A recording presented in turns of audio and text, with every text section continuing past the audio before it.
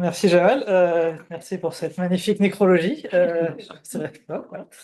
Et donc merci Anne et Anne aussi pour votre invitation pour présenter donc mes réflexions sur ce religieux fictif. Et donc je vais interrompre vos réflexions pointues et intelligentes pour vous emmener dans la pop culture. Même si je reste persuadé que la pop culture est un point d'entrée extrêmement intéressant pour comprendre comment nos contemporains perçoivent les phénomènes religieux. Je ne sais pas trop si ça va vous servir à quelque chose, mais je vais faire de mon mieux. On verra. Pire, ça fera un peu de vacances. Donc, je vous propose un truc un peu disjoint. Je suis désolé, ce ne sera pas un beau plan en trois parties. Mes maîtres m'auraient fouetté. Donc, je suis un peu disjoint. C'est de commencer par quelques éléments théoriques, justement, sur ce que j'entends par religieux fictif et quels apports on peut avoir.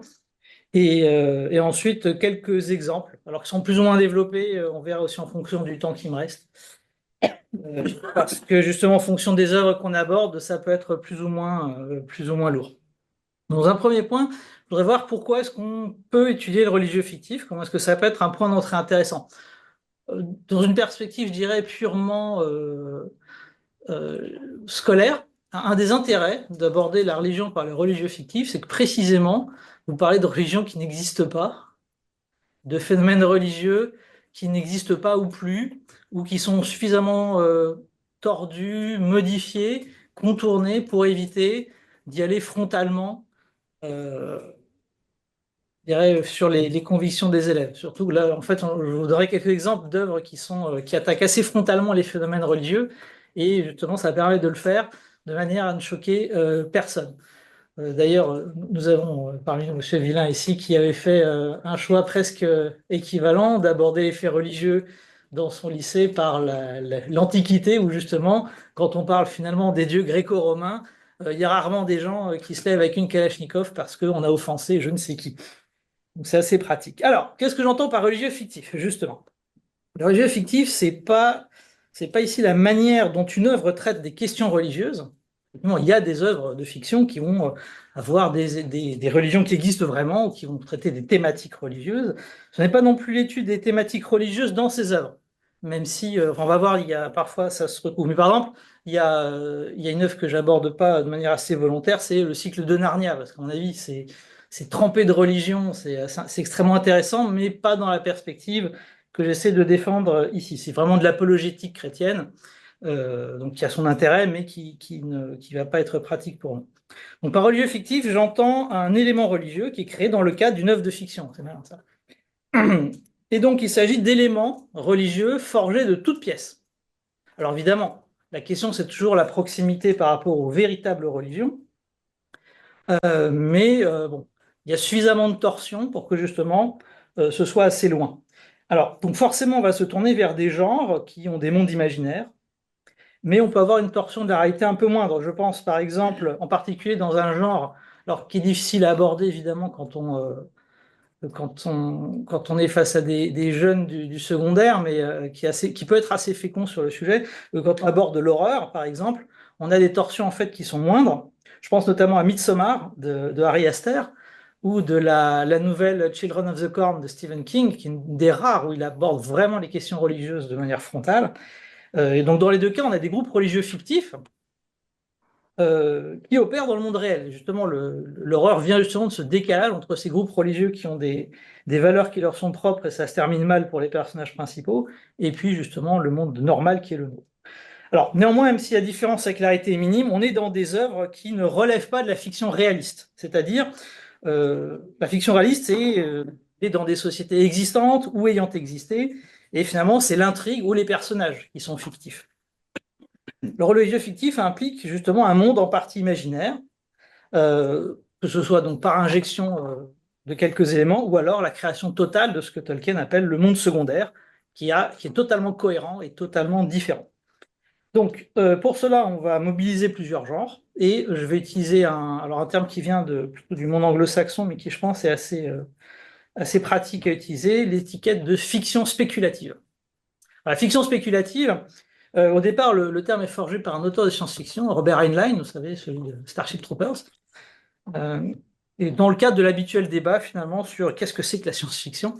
Et justement, au départ, il forge le terme en disant, voilà, il y a la science-fiction scientifique qui parle de la science, Et puis, il y a des éléments d'anticipation. On va plutôt parler d'évolution des sociétés. Il va utiliser ce label fiction spéculative. Et depuis, je dirais, ce label lui a échappé pour en fait, à l'inverse, devenir une espèce de super label qui englobe à peu près tout ce qui repose sur des sociétés totalement ou partiellement fictives. Alors, un exemple assez récent d'emploi du terme, c'est justement Margaret Atwood, qui, donc, la Servante écarlate, en fait, donc, c'est publié en 1985. En 1987, elle reçoit le prix Arthur C. Clarke, qui donc, est un prix de science-fiction. C'est le meilleur roman de science-fiction.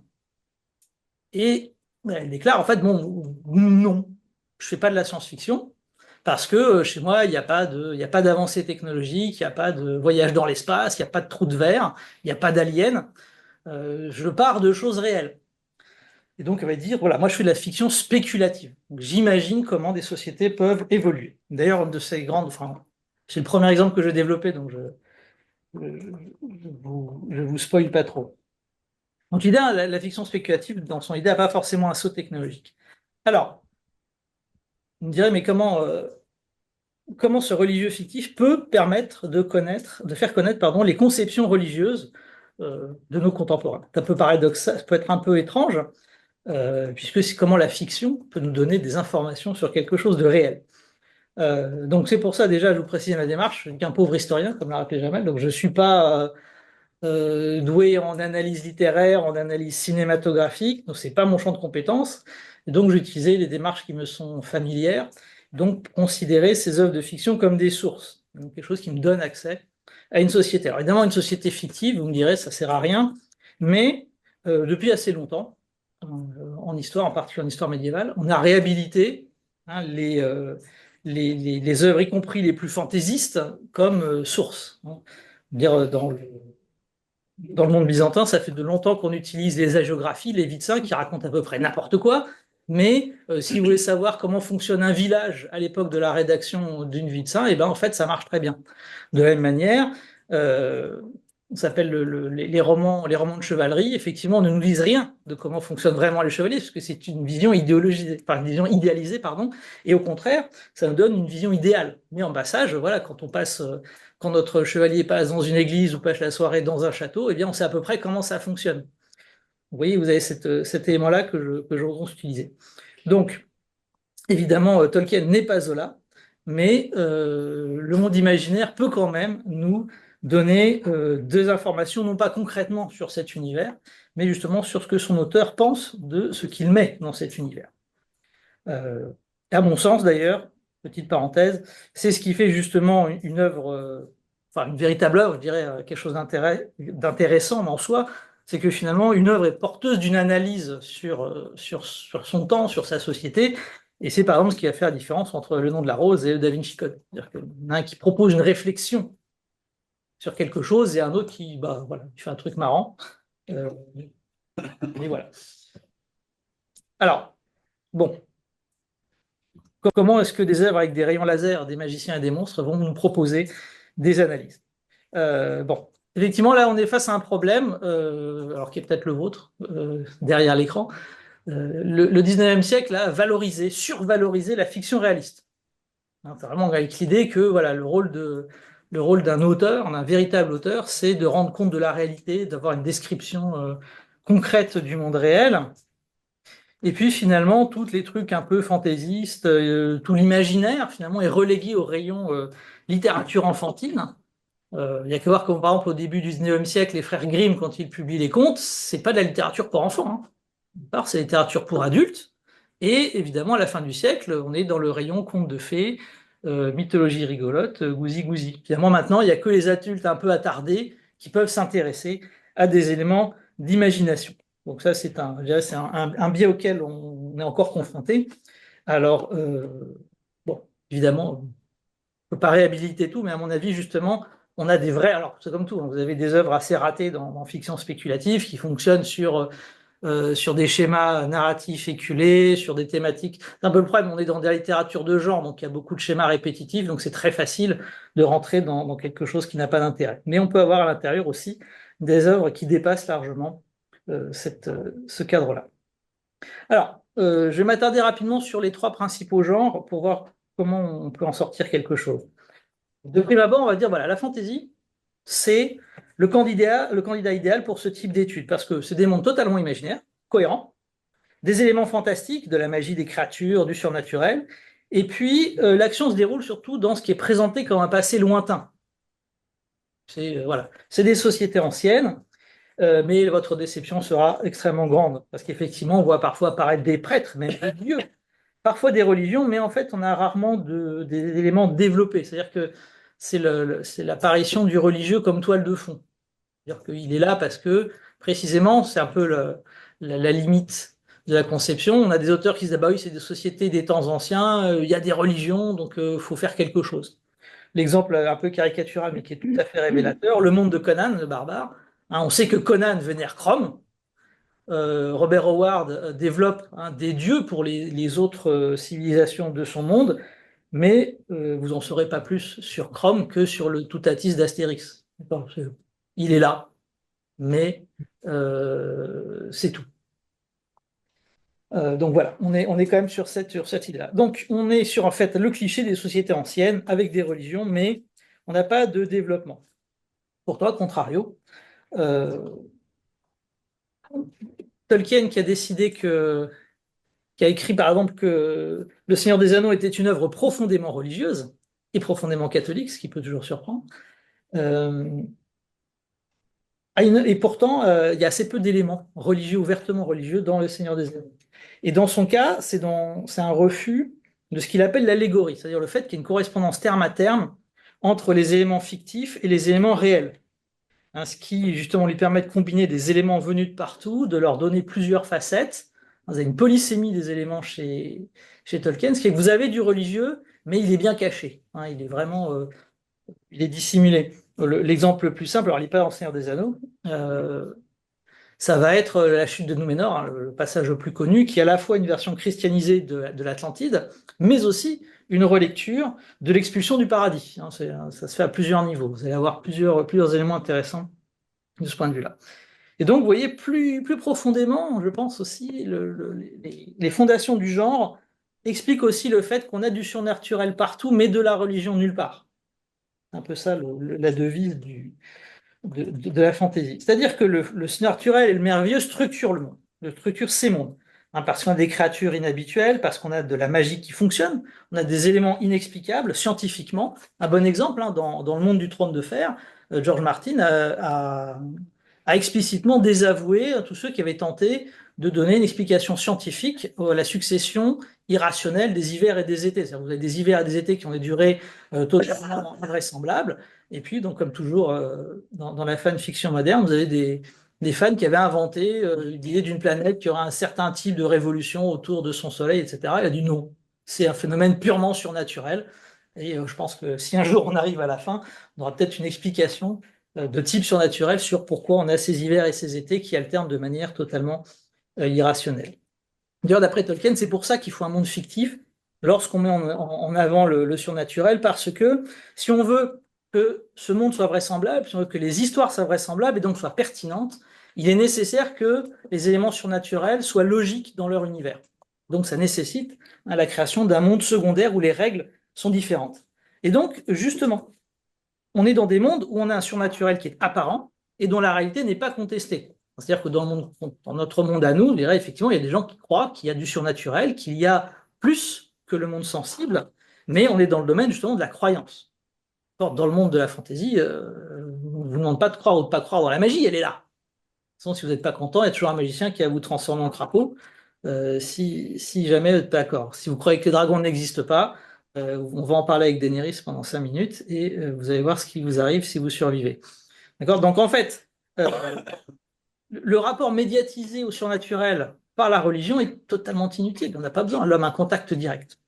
Et de ce point de vue-là, ce qui est intéressant aussi pour les œuvres qui utilisent la magie de manière ouverte, en fait, la magie est un peu, elle relève à la fois de la science et de la religion.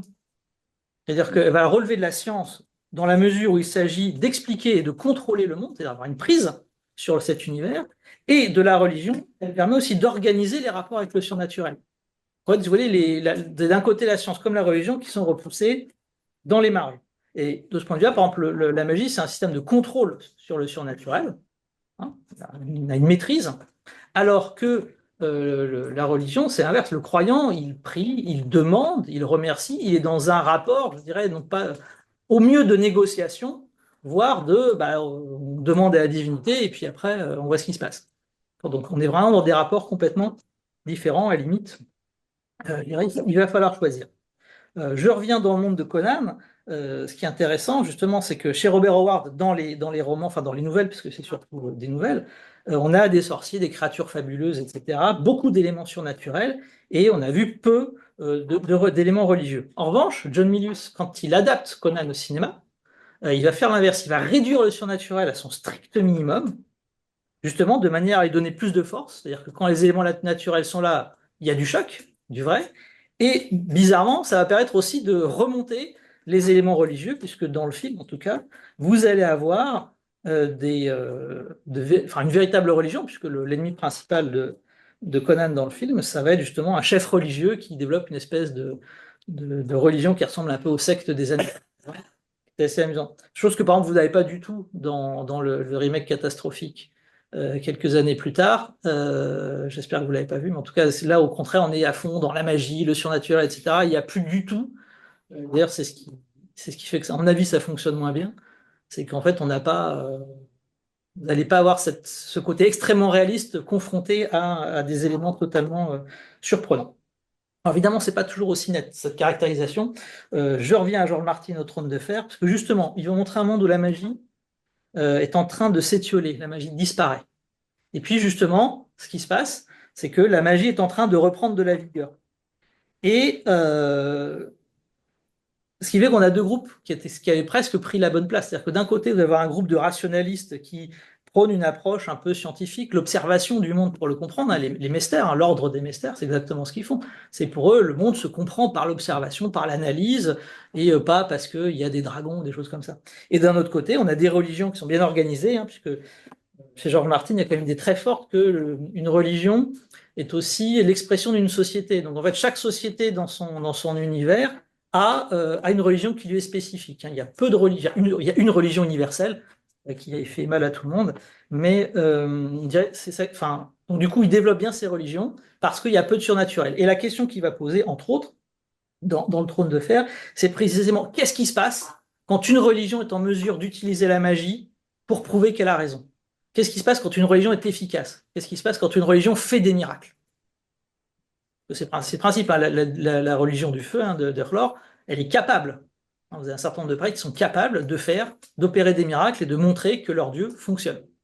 Alors qu'est-ce qui va se passer par rapport aux autres religions qui n'ont pas cette capacité? Là encore, je pense que ça va pas très bien se terminer. Bref. Vous voyez ici comment on a une articulation. Donc finalement, on va voir des auteurs qui ont parlé de religion. Je viens de donner un exemple, mais justement, c'est parce qu'ils ont quelque chose de très particulier à en dire.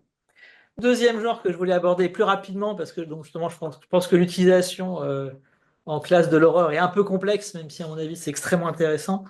L'horreur, c'est plus une façon de traiter un sujet qu'un cadre, hein, contrairement à la science-fiction ou l'heroic fantasy. L'idée, c'est de faire peur. Enfin, le principe de l'horreur, c'est de créer de la peur. Et pour reprendre un des grands maîtres du genre Stephen King, il distingue trois procédés pour créer la peur, deux traditionnels et puis un procédé malhonnête. Alors, le premier procédé, c'est évidemment la terreur. La terreur, c'est quand on a la peur de ce qui va arriver.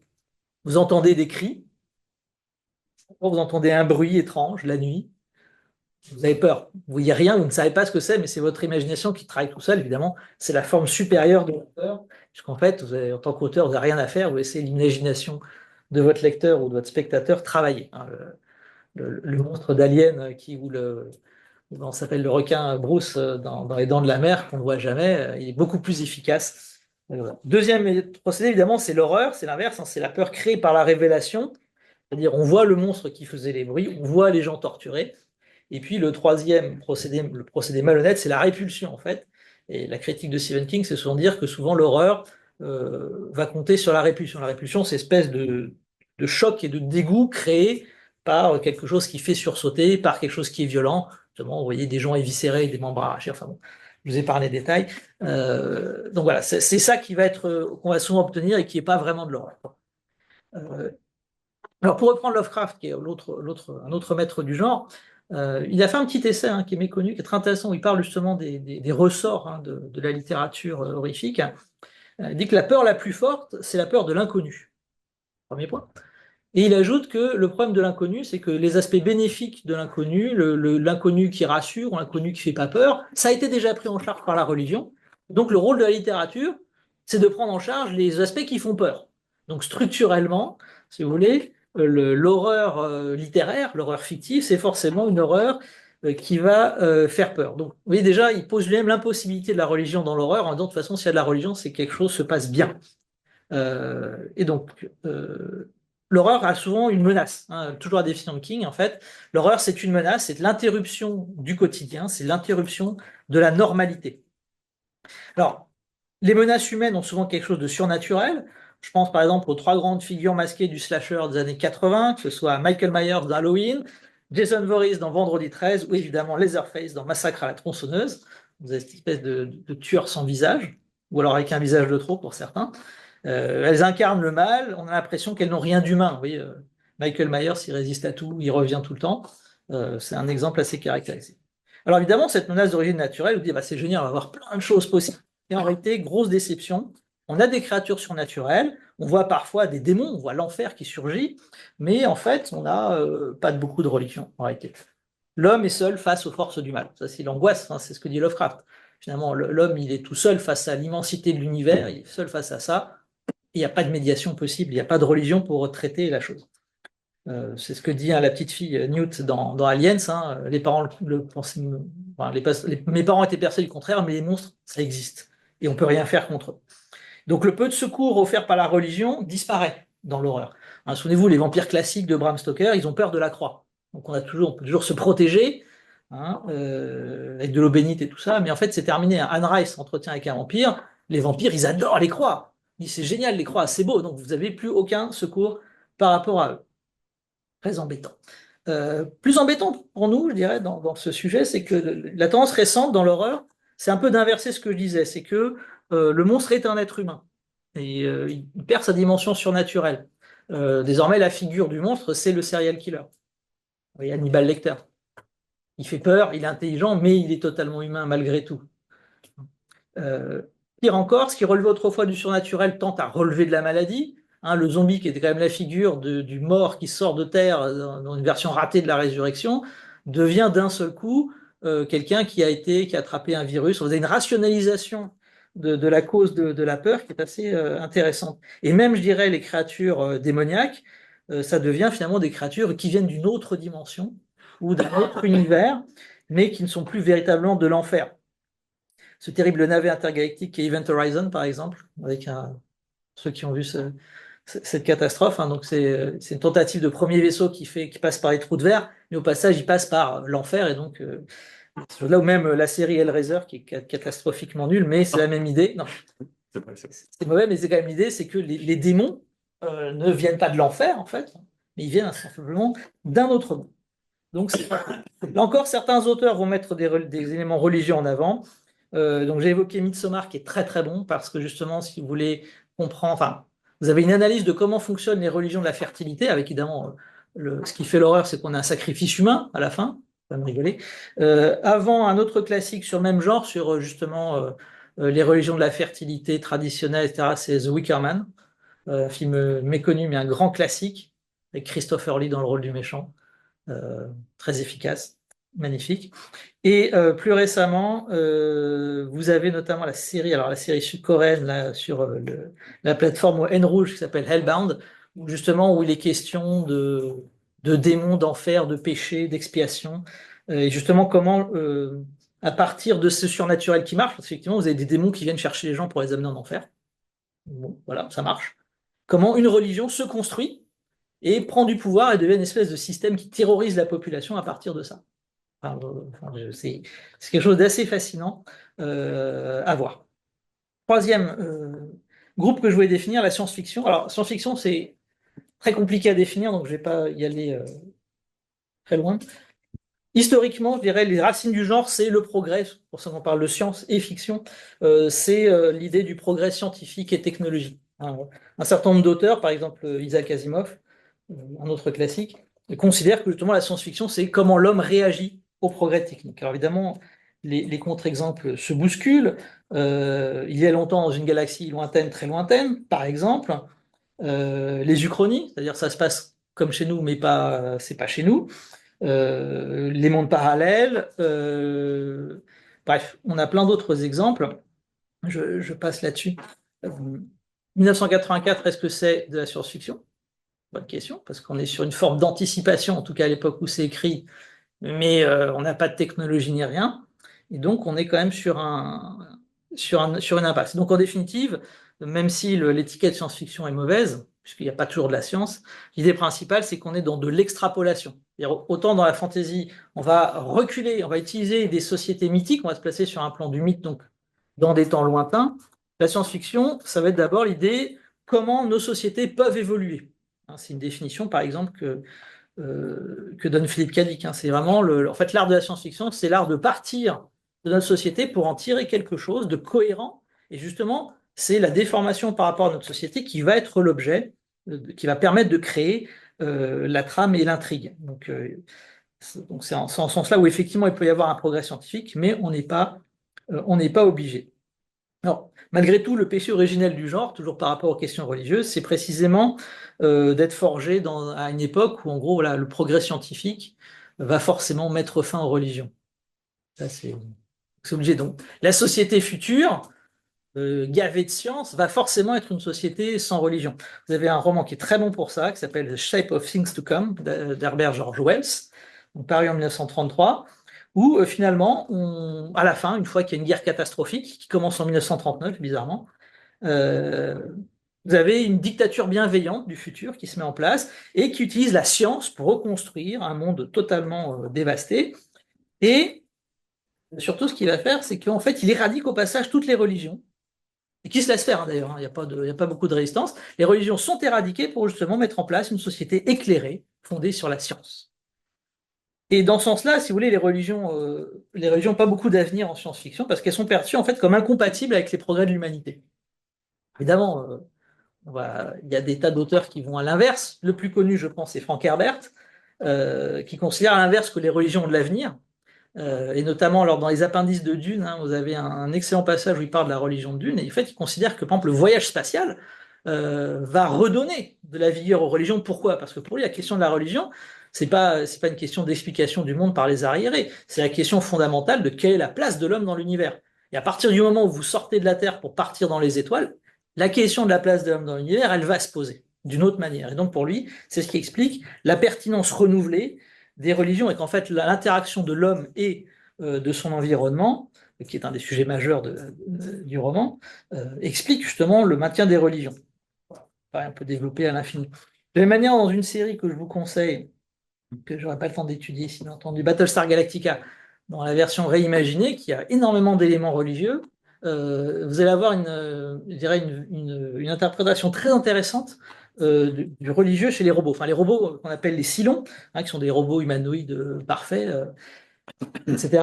Et ils développent un sentiment religieux, hein, ils développent une religion monothéiste, alors que le reste de l'humanité, ce sont des polythéistes, ça, c'est l'élément troublant. Et alors, si on regarde la Bible de la série, donc les auteurs expliquent que les Cylons développent un sentiment religieux au moment où ils prennent conscience d'eux-mêmes. C'est intéressant parce qu'en règle générale, le classique, c'est le robot prend conscience de lui-même et il décide de tuer son créateur. Bon, là aussi, ils prennent conscience d'eux-mêmes et ils décident de tuer leur créateur, mais au passage, ils se posent la question de d'où viens-je, qu'est-ce que je fais, quelle est ma place dans l'univers, quel est mon rôle dans l'univers, et ils développent hein, cette idée d'un Dieu transcendant alors qu'ils n'a pas créé directement, mais qui les a créés à travers l'humanité, avec l'idée, bah, l'humanité pécheresse a failli, et donc nous, on est l'humanité parfaite, et on va donc éradiquer nos créateurs. Il y a une forme de logique de type religieux qui est assez intéressante, même si c'est un peu génocidaire. On fait ce qu'on peut. Euh, donc, vous voyez, le monde fictif n'est pas si fictif que ça. Je pense que c'est ça l'élément important à prendre en compte. C'est-à-dire qu'on a tendance à voir les mondes imaginaires comme des mondes radicalement différents, avec de l'exotisme. D'ailleurs, souvent, vous avez un côté récit de voyage. Hein. En fait, la littérature spéculative emprunte beaucoup à la littérature de voyage parce que la littérature de voyage classique, hein, que ce soit Gulliver ou même beaucoup plus ancien, un auteur fabuleux que je vous conseille qu'on oublie, Lucien de Samosate, deuxième siècle, l'histoire véridique, qui est le premier récit de voyage totalement farfelu.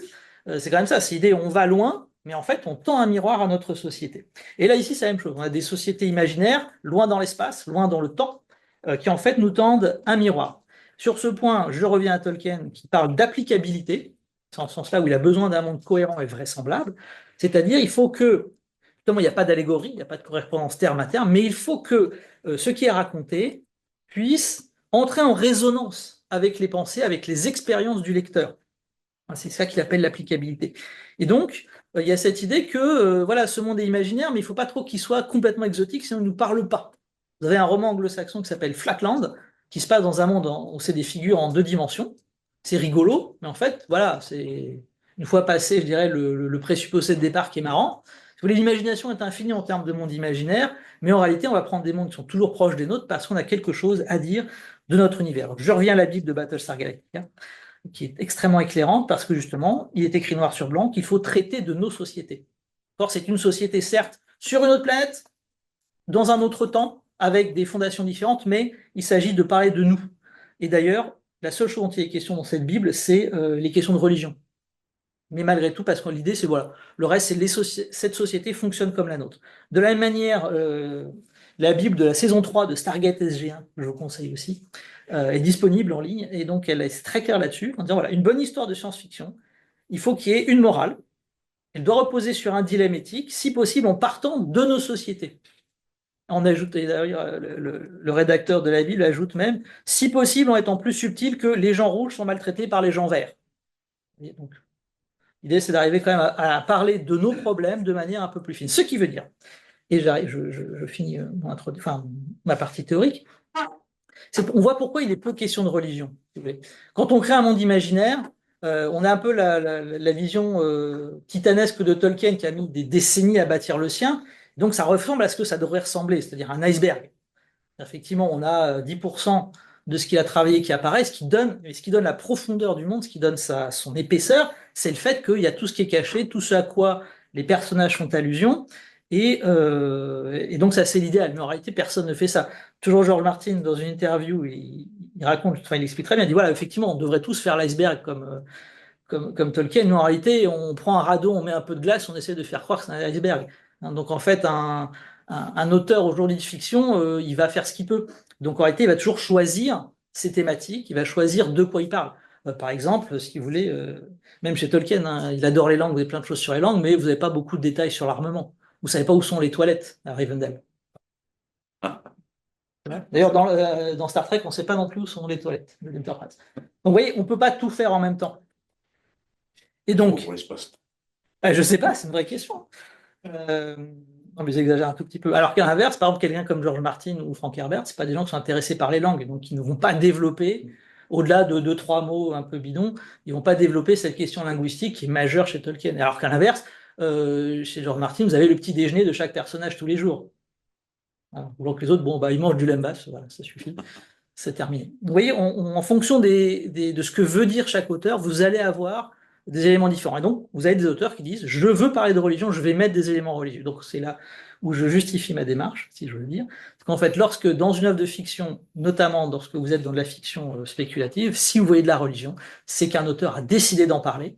Donc, il a quelque chose à en dire. Premier exemple, La Servante écarlate, puisque c'est la dystopie qui devient de plus en plus réelle, c'est le moment où la réalité imite la fiction. On dit parfois, on aimerait bien pouvoir dire c'est trop laid pour être faux, mais non, pas tout à fait. Alors, évidemment, c'est une critique assez virulente du fondamentalisme chrétien. Et ici, la dystopie, c'est un peu l'utopie qui a mal tourné. Vous avez un des personnages, hein, Fred Waterford notamment, qui explique que voilà, ils étaient censés créer un monde meilleur. On voit très bien ici le monde meilleur, il n'y a personne qui s'amuse. Hein, dire, tout le monde est malheureux dans cette histoire. Même parmi l'élite, hein, ils n'ont pas l'air de. Voilà, je dirais que quelqu'un n'a pas eu les petits caractères en bas du contrat. Alors, ce qui est intéressant dans cette critique du fondamentalisme chrétien, si on va voir, c'est l'insistance sur le littéralisme biblique. Littéralisme biblique qui pousse à ce qu'on appelle une théonomie. Alors, c'est une théonomie au sens où la loi, elle est construite sur le précédent biblique. C'est-à-dire que c'est même pas la loi est dérivée de valeurs chrétiennes ou de la Bible, Par exemple, alors c'est plus clair dans la série, là, pour le coup. Par exemple, vous avez un personnage à un moment qui est poursuivi pour homosexualité, on ne dit pas, comme on dirait aujourd'hui, vous êtes poursuivi en vertu de l'article tant du Code pénal, c'est vous êtes poursuivi en vertu de l'Épître aux Romains, chapitre 1, verset 16. Parce que dedans, c'est dit, c'est pas bien. Vous voyez, donc là, c'est de la théonomie, c'est-à-dire la loi qui est devenue là-dedans. Et donc, vous allez avoir ici un État qui va utiliser un vocabulaire chrétien détourné. Par exemple, les exécutions participatives qui existent, hein, vous savez, la particicution, donc l'exécution participative, le moment justement où les femmes peuvent un peu se défouler sur les hommes coupables, ça s'appelle un salvaging. Donc, on va sauver quelqu'un, mais voilà, en le massacrant affreusement. C'est ce qu'on peut. Euh, alors ici, donc ce littéralisme biblique, on le voit, est poussé à son maximum. C'est donc une critique finalement assez intéressante puisqu'elle vise directement certains courants du protestantisme américain, notamment évangélique, hein, qui insistent beaucoup, de manière presque, enfin, où il y a une insistance vraiment sur l'Ancien Testament, hein, sur le Dieu de l'Ancien Testament. Et d'ailleurs, vous avez plusieurs personnages qui opposent parfois. Vous avez un passage, vous avez une des jeunes femmes qui oppose les béatitudes aux citations de l'Ancien Testament, en disant voilà, oui, d'accord, l'Ancien Testament c'est bien, mais on a quand même, on est censé dans notre religion avoir quelqu'un qui a dit que voilà, aimez-vous les uns les autres et ça devrait être un peu plus sympa que ce à quoi on voit. Donc, de ce point de vue-là, on a un élément qui est assez intéressant. Alors, ici, pourquoi on a ce fondamentalisme chrétien? Parce que, pour Margaret Atwood, en fait, l'idée, c'est que chaque totalitarisme dérive je dirais, de ses racines profondes. Et à travers cette critique, ce qu'elle veut dire, c'est qu'en fait, les États-Unis, on pense qu'ils sont construits sur la déclaration d'indépendance, la déclaration des droits, la Constitution, we the people, etc. Mais en réalité, pour elle, dit non, non, le vrai horizon idéologique, et c'est là où ça me donne un peu le vertige, le véritable horizon idéologique, c'est les pères pèlerins, c'est l'Amérique puritaine, c'est la Nouvelle-Angleterre où on fait des procès de sorcières. Avec le paradoxe qu'elle met, voilà, Harvard, qui est un peu le phare de l'Amérique éclairée, intelligente, etc., c'est aussi le lieu où on faisait autrefois des procès de sorcières, ce qui apparaît d'ailleurs dans ce roman, puisque l'exécution à laquelle on assiste a lieu dans l'ancienne université d'Harvard. Pour montrer vraiment cette espèce de parallèle. Et d'ailleurs, les vêtements, c'était très bien rendu par la série, hein, les vêtements font référence justement aux vêtements de l'époque ancienne, de l'époque coloniale ou immédiatement du 19e siècle. Hein. Et que voir, on a l'impression que c'est Caroline Ingalls, hein, n'oublie pas. Enfin, si vous voyez bien la coiffe qu'elle porte, hein, on est vraiment En gros, c'est un épisode de La Petite Maison à la Prairie qui aurait très très mal tourné. Hein. Et donc, donc le pire dans son roman, on s'est dit, voilà, c'est pas de la science-fiction, pour revenir à un premier sujet, c'est pas de la science-fiction parce que j'invente rien, en fait. Je ne fais que combiner des choses qui existaient déjà. L'originalité vient dans la combinaison, mais en réalité, tout existe, tout est possible. Hein. Et donc, cette insistance vétérotestamentaire qui pousse à déformer tout, par exemple, ce qu'on appelle la cérémonie, c'est-à-dire le fait d'avoir des relations sexuelles avec donc, une des servantes qui est mise sur les genoux de l'épouse légitime, parce qu'il ne faut pas que ce soit de l'adultère, ça repart de l'épisode hein, avec Agar et Abraham et Sarah. Donc voilà, on essaye de rentrer dans ce schéma biblique et quitte à faire du monstrueux. Voilà. Autre élément de cette Amérique puritaine, alors qui n'est pas du tout dans la série, mais qui est très très très présente dans le roman, c'est l'ambiance WASP. C'est vraiment l'Amérique des WASP, hein, anglo-saxonne, puisque toutes les dénominations sont traquées. Hein. On a par exemple, on voit le cadavre d'un prêtre catholique hein, qui est pendu.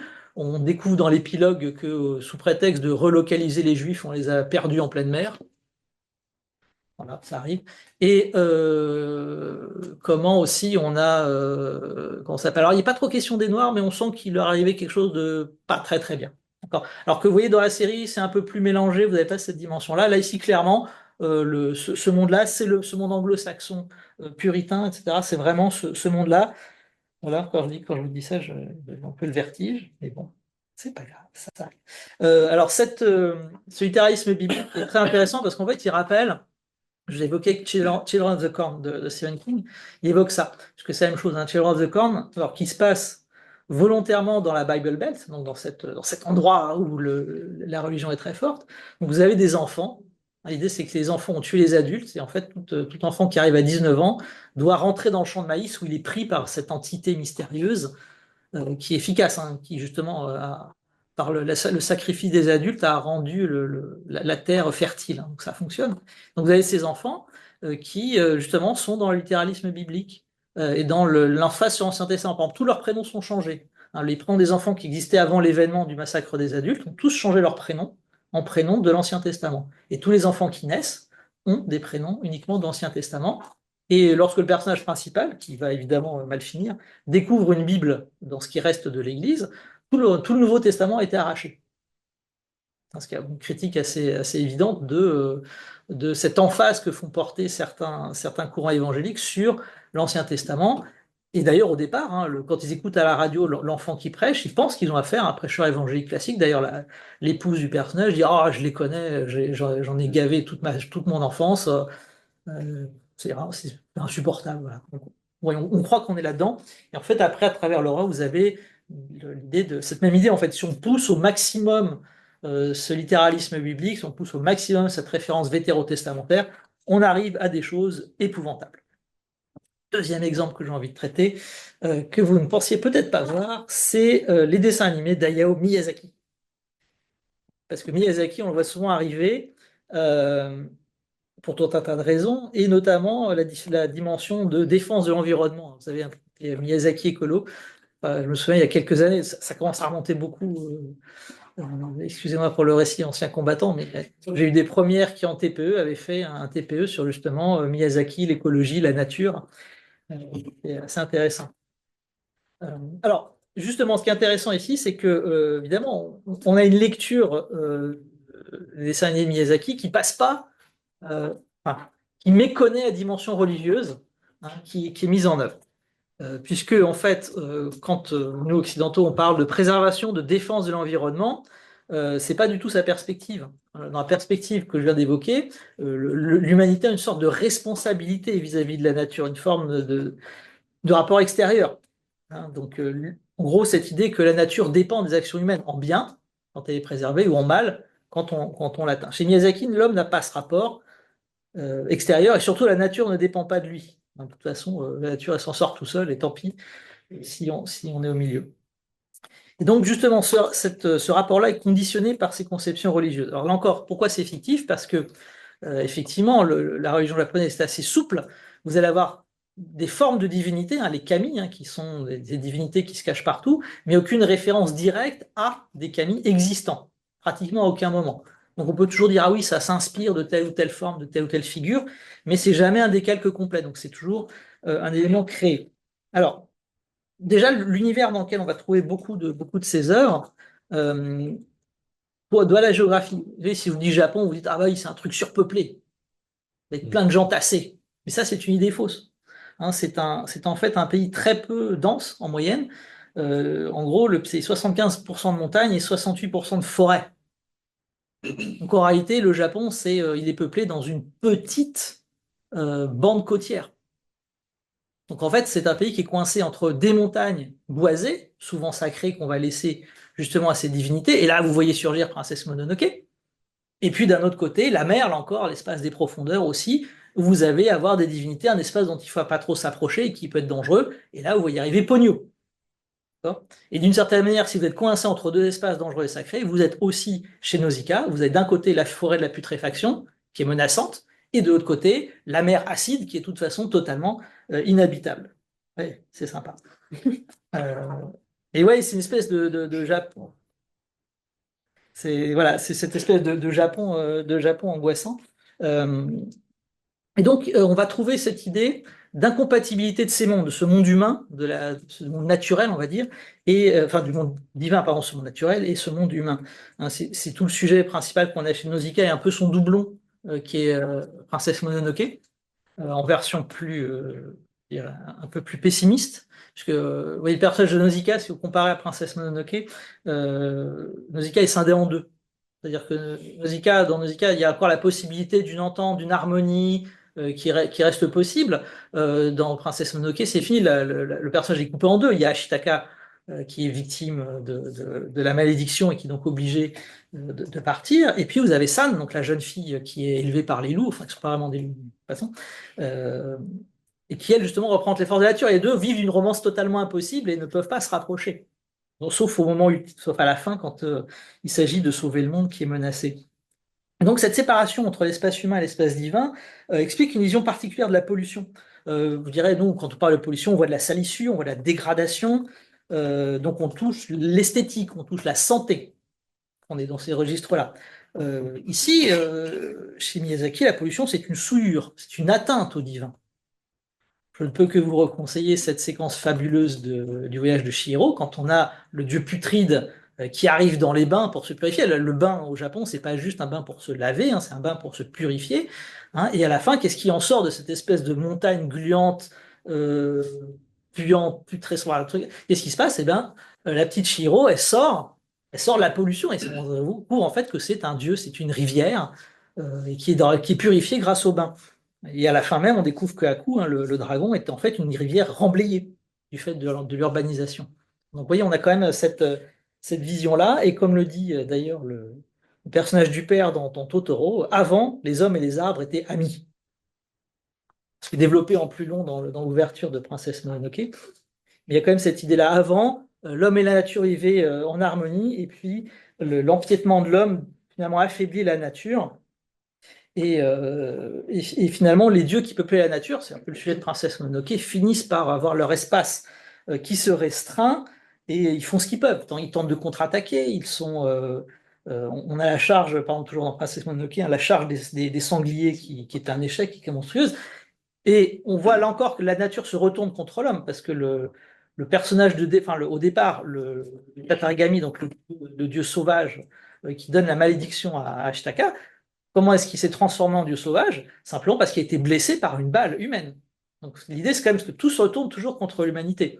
Et c'est ce qu'on découvre à la fin de Nausicaa, en particulier dans le film, parce que dans le manga, c'est un peu plus compliqué.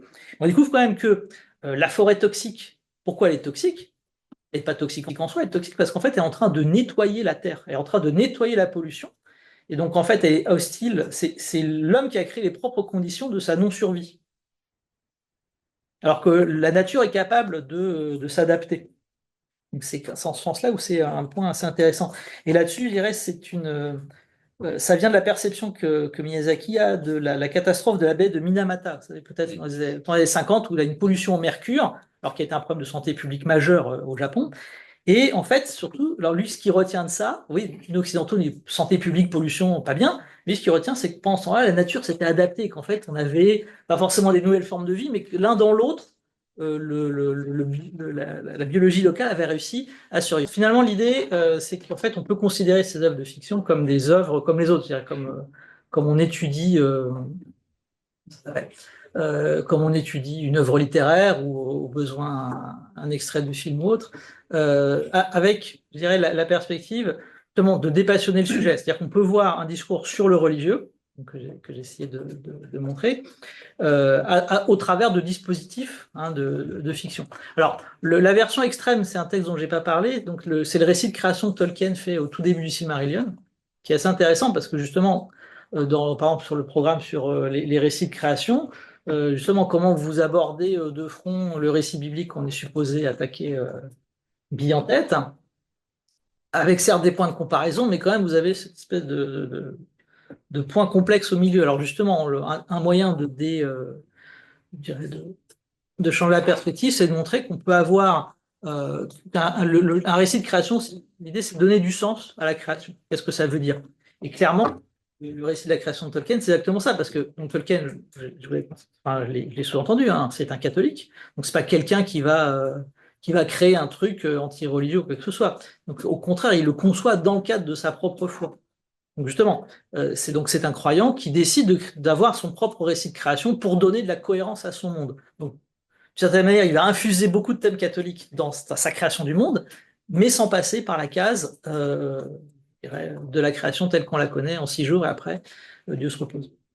Donc ce qu'on peut montrer à travers ce récit de création, c'est justement l'objectif, c'est de créer de la cohérence dans le monde. Qu'est-ce que ça veut dire ce monde? Parce que euh, l'intérêt, c'est qu'on a un monde chez Tolkien qui est créé par le chant des puissances, donc les anges, et Dieu et les anges chantent. Donc l'idée d'un monde harmonieux, avec ce chant, mais dedans, vous avez un petit malin qui a voulu injecter ses propres musiques, ses propres paroles, enfin, qui s'est, je dirais, immiscé dans cette création, donc le méchant de service, Melkor, et qu'en fait, le mal, l'idée, alors c'est presque une idée gnostique ou cathare, hein, du coup, le mal se mélange. La création, c'est une création qui est bonne, mais avec du mal à l'intérieur. Et s'explique, donc, si vous voulez, l'origine du mal, c'est ça, c'est que le fait, vous avez une de ces figures qui décide d'injecter sa propre idée, donc une idée finalement très chrétienne, de qu'est-ce que c'est que le mal, c'est refuser de rentrer dans le plan divin. Voilà.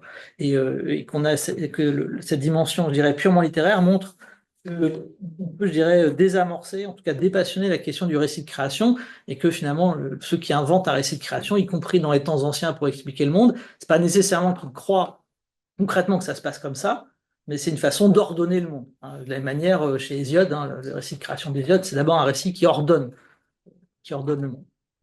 Après, pour les autres œuvres, je dirais, voilà, c'est aussi un moyen d'utiliser. Si on veut prendre le Trône de Fer, par exemple, vous avez plusieurs passages où George Martin crée cette religion des Sept, parce que précisément, ça se passe dans quelque chose qui rappelle le Moyen Âge, et il a besoin de donner des exemples des rapports entre l'Église et l'État. Et donc, on va avoir ce conflit, ces rapports compliqués entre l'Église manipulée, l'Église qui a ses propres normes, à travers cette religion des Sept. D'ailleurs, on voit comment je dirais, un souverain pas malin a une religion qui lui échappe. C'est-à-dire que quand l'histoire commence, voilà, le grand septon, il est totalement aux ordres. Si ça va pas, on sort du compromat. Enfin, oui, il y a tout ce qu'il faut. Et puis donc Cersei étant très mauvaise, elle se laisse manœuvrer et elle va nommer, enfin, elle va accepter l'élection d'un fanatique religieux et tout va se retourner contre elle.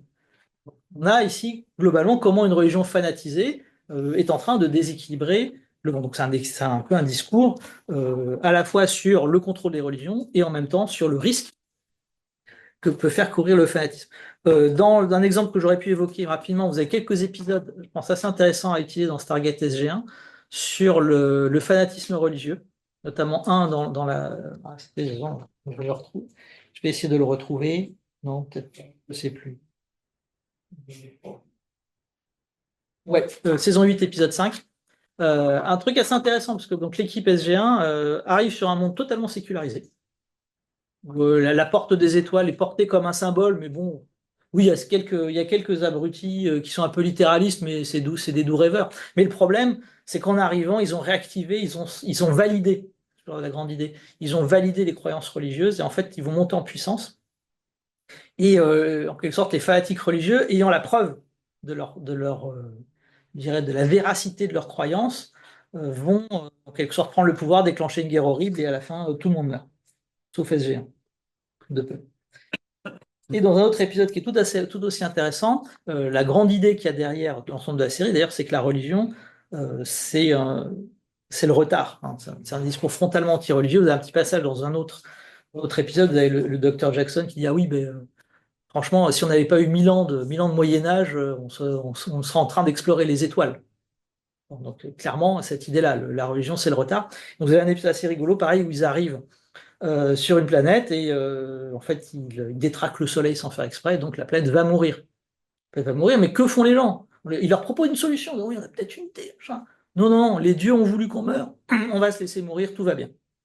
Et ils sont tellement fanatisés que, je dirais, ils détruisent même. Il y a un moment où il y a une espèce d'explosion, de kamikaze qui se fait exploser pour empêcher que la solution puisse marcher. Parce qu'on ne va pas contre la volonté des dieux. Donc c'est quand même c'est des moments assez effrayants et vous allez avoir ça globalement. Et je dirais alors si vous voulez aborder des sujets très sensibles, un peu horribles, vous avez aussi cette merveilleuse trilogie de Pierre Bordage, Les Guerriers du Silence, qui est très bonne. Bordage, c'est quelqu'un qui a fait le petit séminaire et qui a été victime d'abus sexuels de la part des prêtres du petit séminaire en Vendée. Et il vide un peu son sac dans le roman. Hein, où on a justement une église très organisée qui rappelle beaucoup l'église catholique. Hein. Bon, sans surprise, il y a des cardinaux, on parle de la grande bergerie. Enfin, bon, si vous voulez, le parallèle est très facile à faire. Et surtout, on voit justement comment vous avez une espèce de répression de la sexualité qui se traduit par finalement ce clergé qui théoriquement supposé ne pas avoir de sexualité, qui la seule manière qu'il a, c'est de la vivre de manière soit amorale, contraire à ses propres normes, avec l'homosexualité, ou alors de manière criminelle, avec la pédophilie. D'ailleurs, c'est intéressant, c'est que chez Bordage, si vous voulez, les prêtres de cette religion, il n'y en a pas un qui a une maîtresse. Ça pourrait être, je dirais, l'issue normale. Ouais, c'est forcément une version, soit on vit contrairement à nos normes, soit on fait carrément des crimes.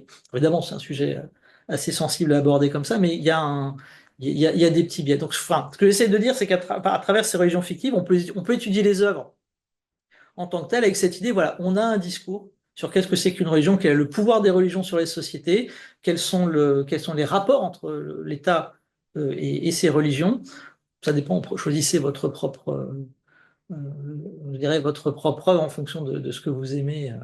Autre. Mais en fait, vous voyez, vous avez un champ des possibles qui est assez intéressant.